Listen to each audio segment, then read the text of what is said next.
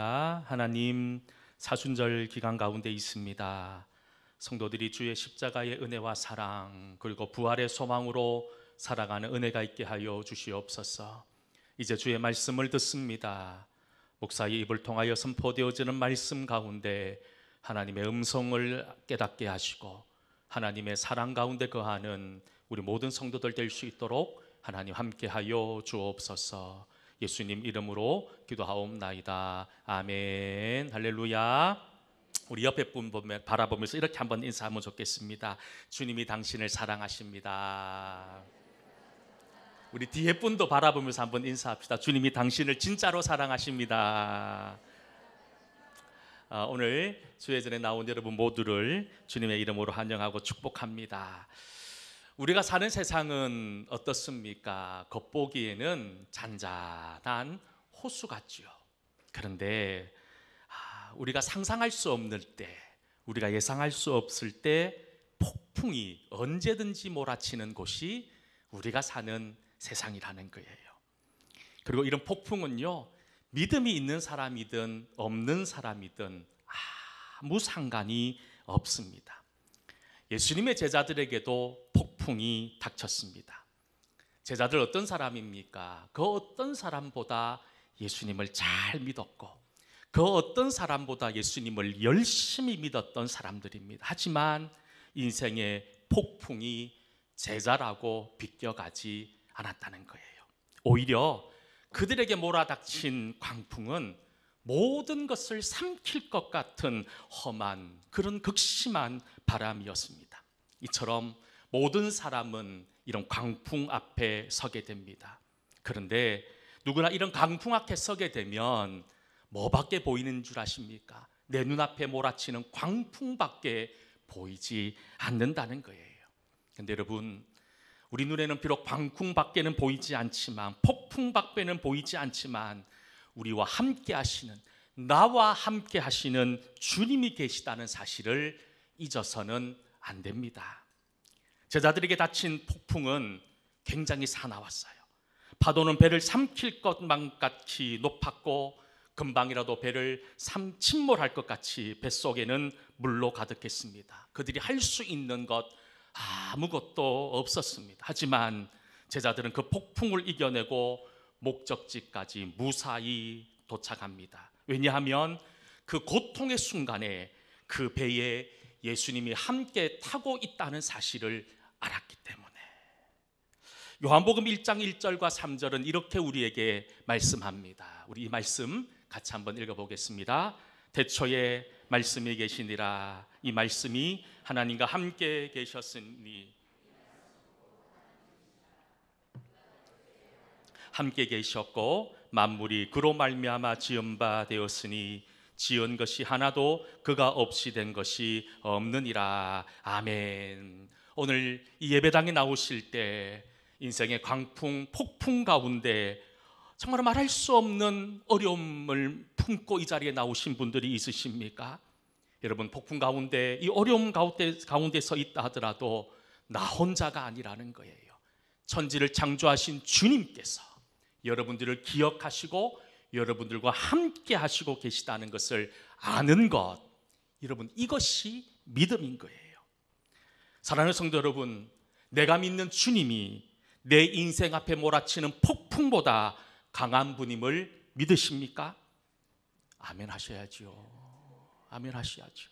내가 믿는 예수님은 내가 생각하는 것보다 훨씬 더 크신 분이고 내 예상을 훨씬 더 뛰어넘으시는 온전하고 강한 분이심을 믿으십니까? 여러분, 이 믿음의 고백 가운데 우리가 살아가야 되는 거예요. 이 믿음의 고백 가운데 우리가 하루하루 은혜 가운데 거하여야 한다는 거예요. 그런데 어떻습니까? 사실 어쩌면 이것이 우리의 현실이지요. 자꾸만 꼬여만 가고 자꾸만 힘들어지는 인생 속에서 정말로 하나님이 계신가? 하나님이 나를 기억하시기나 하는가라는 그런 끝없는 불신의 질문 가운데 서 있을 때가 얼마나 많습니까? 하나님이 없다고 생각하니, 하나님이 나를 기억하지 않는다고 생각하니 우리는 늘 불안할 수밖에 없는 거지요. 루시아 씨가 쓴 좋은지 나쁜지 누가 아는가라는 책에 보면 이런 이야기가 나오고 있습니다.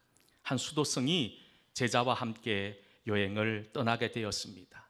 날이 어두워져서 머물 곳을 찾던 그들의 눈에 들어온 낡아 빠져 있는, 금방이라도 쓰러져 갈 것 같은 오두막 한 채가 그들의 눈에 들어왔습니다. 수도승과 제자가 그 집의 문을 두들기고 하룻밤 잠자리를 청하자 집주인이 친절한 마음으로 맞아들였고 정성을 다해 그들을 대접합니다. 금방이라도 무너질 것 같은 그 집 안에는 허름한 옷을 입은 부부와 비쩍 말라있는 새 아이가 함께 살고 있었던 거예요.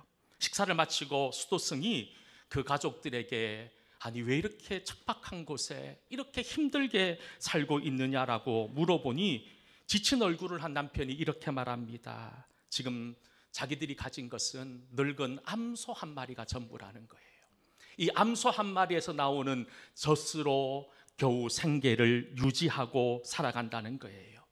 그런 말을 듣고 안타까운 마음으로 밤을 지새고 그 다음날 아침 수도승과 제자는 다시 길을 나서게 됩니다. 근데 한참 가다가 수도승이 제자에게 다시 그 집으로 돌아가서 그 집에 있는 암소를 절벽 밑으로 밀어 죽여버리라는 거예요.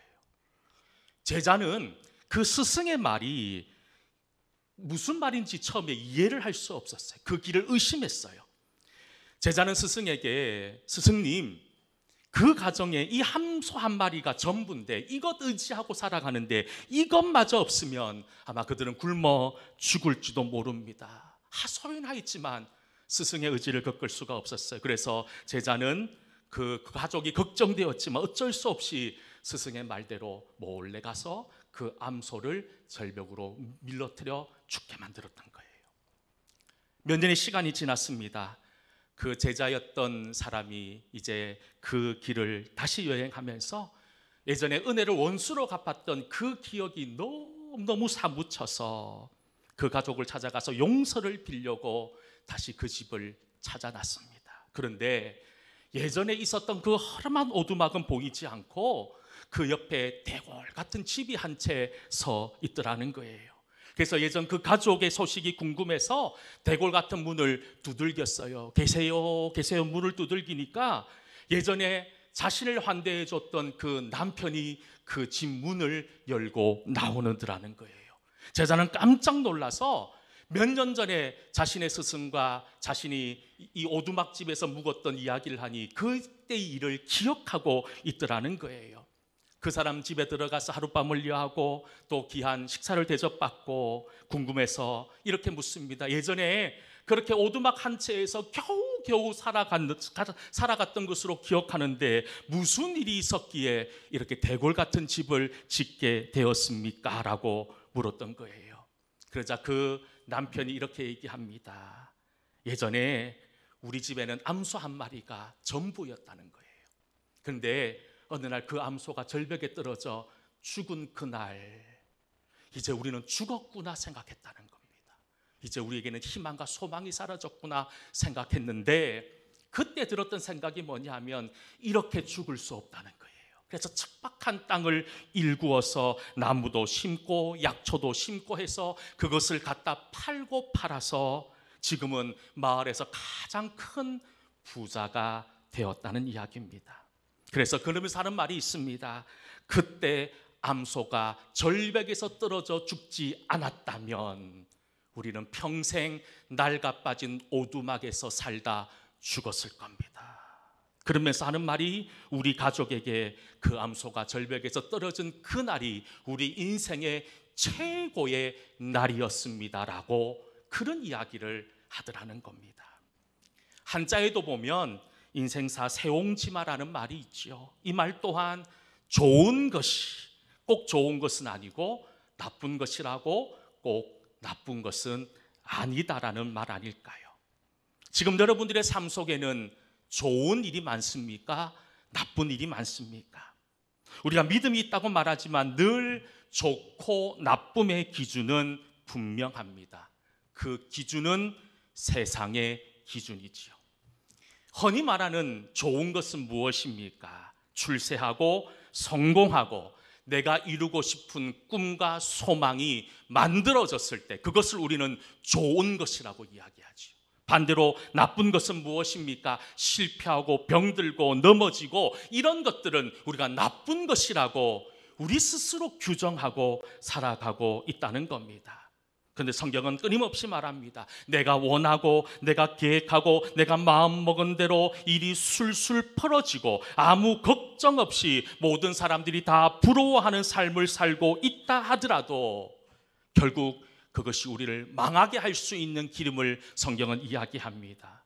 또 반대로 이야기하는 경우도 있습니다. 욥기 36장 6절과 7절 말씀에 보면 이런 말씀을 우리에게 주시고 있어요. 같이 한번 욥기 36장 6절과 7절 말씀 읽어보겠습니다.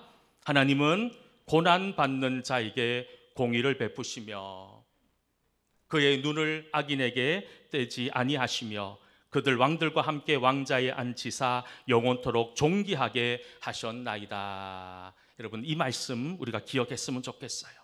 우리가 생각하는 좋은 것, 그것이 좋은 것이 아니고 우리가 생각하는 나쁜 것, 나쁜 것이 아니라는 사실. 혹여나 여러분 실패 가운데 있다 하더라도 그것이 여러분들의 인생을 망가뜨릴 수는 없다는 사실을 잊지 않았으면 좋겠습니다. 오늘 말씀의 주인공인 욥은 어떤 사람입니까? 성경에 보면 욥은 동방에서 하나님을 가장 잘 믿었던 의로운 사람이었다고 말합니다. 누구보다도 하나님을 잘 믿었고 하나님을 사랑하는 사람이었어요. 그리고 욥은 동방에서 가장 큰 부자였을 뿐만 아니라 자녀도 무려 10명이나 되는, 그리고 종들도 많았고 그가 가진 땅도 엄청난, 한마디로 모든 것을 이룬 부족한 것이 없는 좋은 상태였다는 거예요. 그런데 어느 날 그에게 불행이 닥쳐옵니다. 그 많던 재산은 안개처럼 사라져버렸고 10명이나 되는 자녀들은 한꺼번에 집이 무너져 깔려 죽는 비참한 일이 일어납니다. 그뿐만 아니라 머리에서부터 발끝까지 원일 모를 피부병으로 귀와 조각으로 피가 날 때까지 끌고도 그 가려움이 사려지지 않는 고통 가운데 그는 절망하고 앉아 있습니다. 이 모습을 본 욥의 부인은 그렇게 하나님을 잘 섬기며 살았는데 하나님이 살아계시면 왜 이런 고난을 주느냐라고 하며 욥에게 차라리 하나님을 저주하고 죽으라는 말을 남기고 집을 나가 버렸지요. 오랫동안 그와 함께 있던 친구들, 세상의 모든 사람들이 욥은 이제 끝이 났다라고 조롱하며 손가락질하며 욕합니다. 그런데 성경을 보면 욥은 옆에서 이런 실패자라고 하는 이야기를 들음에도 불구하고 욥기서 1장 20절부터 22절에 이런 고백을 전하고 있습니다. 같이 한번 욥기 1장 20절과 21절까지 말씀 함께 읽어보도록 하겠습니다. 욥이 일어나 겉옷을 찢고 머리털을 밀고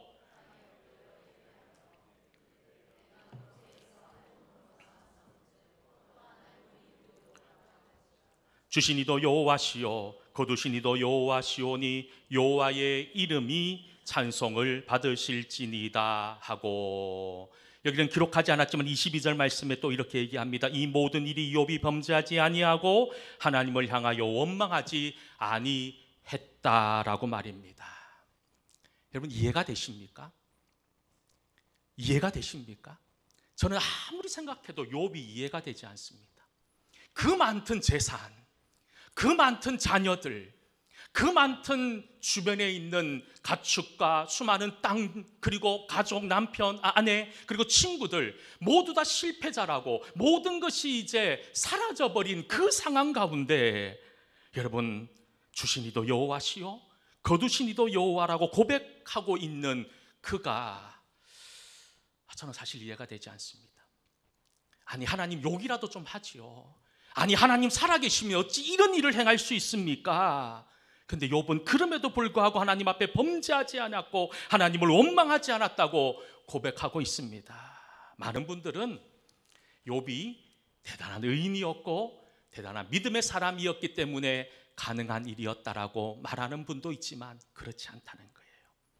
욥기는 1장부터 42장까지 이루어져 있습니다. 우리가 욥기서를 자세히 읽어보면 욥은 믿음 있는 사람, 의로운 사람, 불평하지 않는 감사의 사람이 아니라 오히려 우리와 크게 다르지 않는 불평의 사람이었고 원망의 사람이었어요.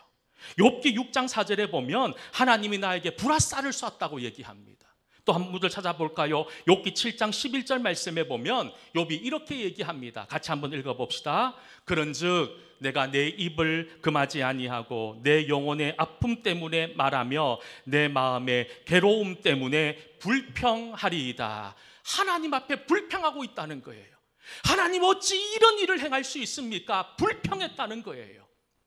또 다른 구절 한번 찾아볼까요? 욥기 33장 9절과 10절 이렇게 얘기합니다. 같이 한번 읽습니다. 시작. 이르기를 나는 깨끗하여 악인이 아니며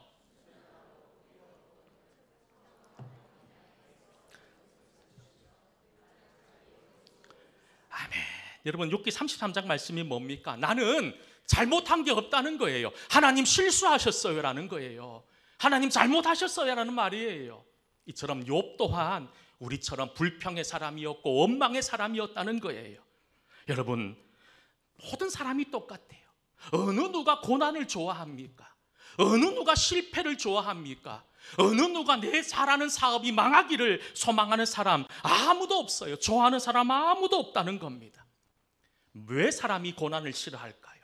그것은 이 고난이 나의 삶에 왜 일어나고 있는지 그 이유를 알지 못하기 때문인 거예요. 그리고 이 고난이 언제 끝날지조차도 알지 못하기 때문에 우리는 늘 불안해합니다. 고난을 싫어하는 거예요. 그래서 우리는 믿음이 있다는 이름으로 우리 인생에 고난이 찾아오고 시련이 찾아왔을 때 하는 방법이 있습니다. 하나님 앞에 기도하잖아요. 하나님, 저에게 이런 문제가 있습니다. 그런데 하나님 앞에 기도하지만 늘 하나님은 이런 우리의 기도 앞에 침묵하실 뿐만 아니라 내 인생의 고난의 문제가 해결될 기미는 보이지 않더라는 거예요. 제발 무슨 말씀이라도 한 말씀이라도 좋으니 주님 해 주십시오. 그렇게 매달려도 하나님의 음성이 들리지 않을 때가 많다는 거예요. 욥도 마찬가지였을 거예요. 그 절망의 순간에 욥도 하나님 앞에 기도했을 거예요. 말도 되지 않는 인생의 고난과 고통 가운데 하나님 앞에 기도했을 거예요. 그런데 하나님 어떻게 했다고요? 침묵했다는 거예요.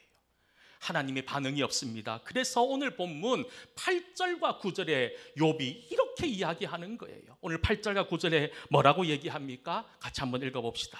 그런데 내가 앞으로 가도 그가 아니 계시고 아니하며 그가 왼쪽에서 일하시나 내가 만날 수 없고 그가 오른쪽으로 돌이키시나 배울 수 없구나.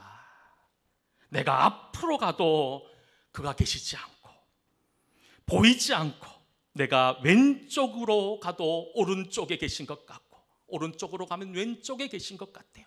하나님이 없는 것 같아요. 침묵하는 것 같아요. 아무리 부르짖어도 하나님의 존재를 느낄 수가 없는 이 욥의 표현이 아마 오늘 우리의 고백이 아닐까요? 지금 내가 겪고 있는 상황이, 내가 겪고 있는 어려움이 무엇 때문인지, 무엇이 문제인지 도무지 모를 때가 얼마나 많습니까? 한마디로 우리 모두는 지금 답이 없는 시대 속에 살고 있다는 거예요. 사람은 누구나 어떤 문제를 만났을 때 이것이 좋으냐 나쁘냐를 먼저 생각합니다. 사람을 만날 때도 마찬가지예요. 이 사람이 좋은 사람인지 나쁜 사람인지를 말입니다. 특히 우리가 기도할 때도 주님 이것이 좋은 것인지 나쁜 것인지 늘 하나님 앞에 물어왔지 않습니까? 사실 저 또한 그랬어요. 어떤 어려운 순간을 만났을 때 하나님 지금 이 일이 좋은 일입니까? 나쁜 일입니까? 내가 지금 어떤 선택을 하는 것이 좋은 선택입니까? 나쁜 선택입니까? 늘 좋고 나쁨을 가지고 주님 앞에 물어왔다는 겁니다. 여러분, 욥도 지금 자기가 당하는 고난 앞에 내가 겪고 있는 이 일이 하나님 좋은 일입니까? 나쁜 일입니까? 물었을 거예요. 여러분, 그런데 어떻습니까? 모든 것을 좋은 것과 나쁜 것으로 구분하는 것에 길들여져 있는 우리에게 하나님의 침묵은, 하나님의 무반응은 우리를 미치게 만들어가는 거예요. 정말 고통으로 몰아넣는 거예요. 그런데 이런 고통과 절망의 순간에 욥이 비로소 깨달은 게 있어요. 그게 뭐냐? 오늘 10절 말씀인 거예요. 10절. 우리 10절 말씀 한번 같이 읽어봅시다. 시작. 그러나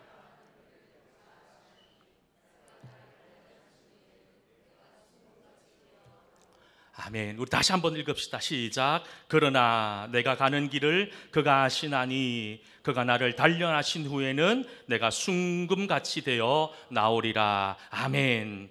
욥은 말합니다. 하나님, 지금 내가 당하고 있는 이 고난이, 내 인생의 어려움이 좋은 것인지 나쁜 것인지는 모르겠어요.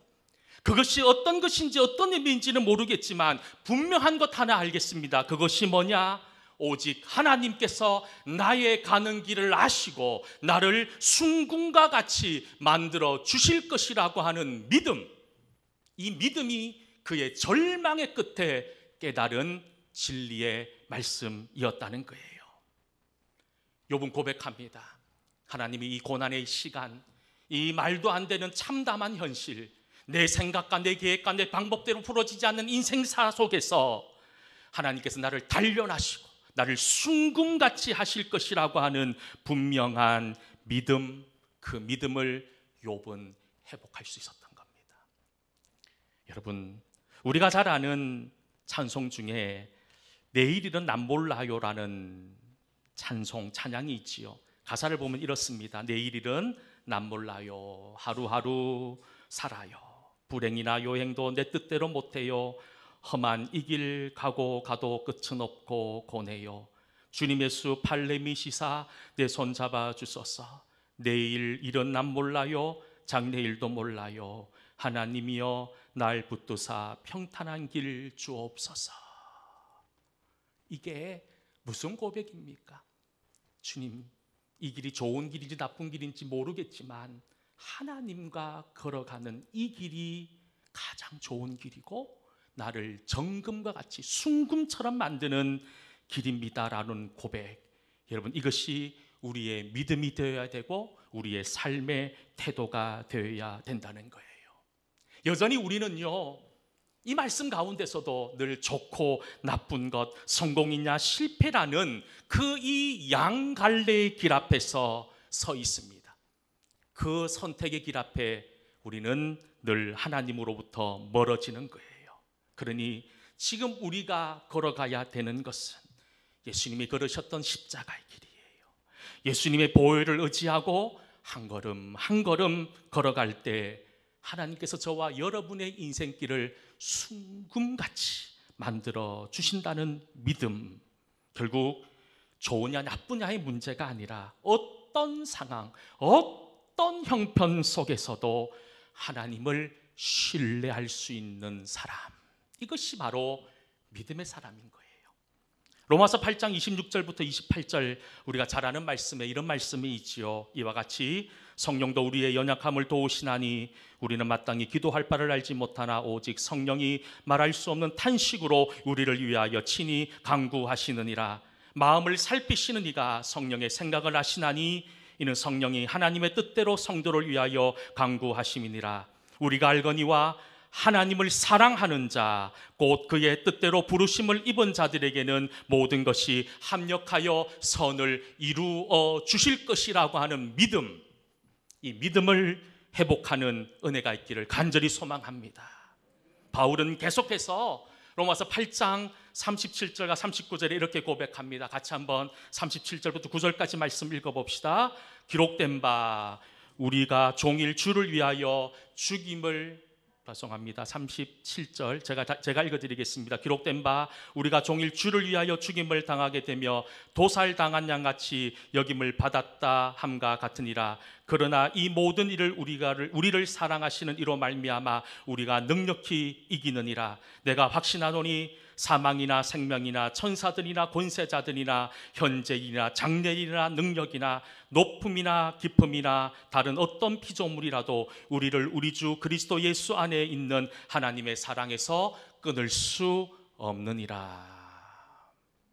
욥은 깨달았던 겁니다. 하나님이 나를 사랑하시는구나.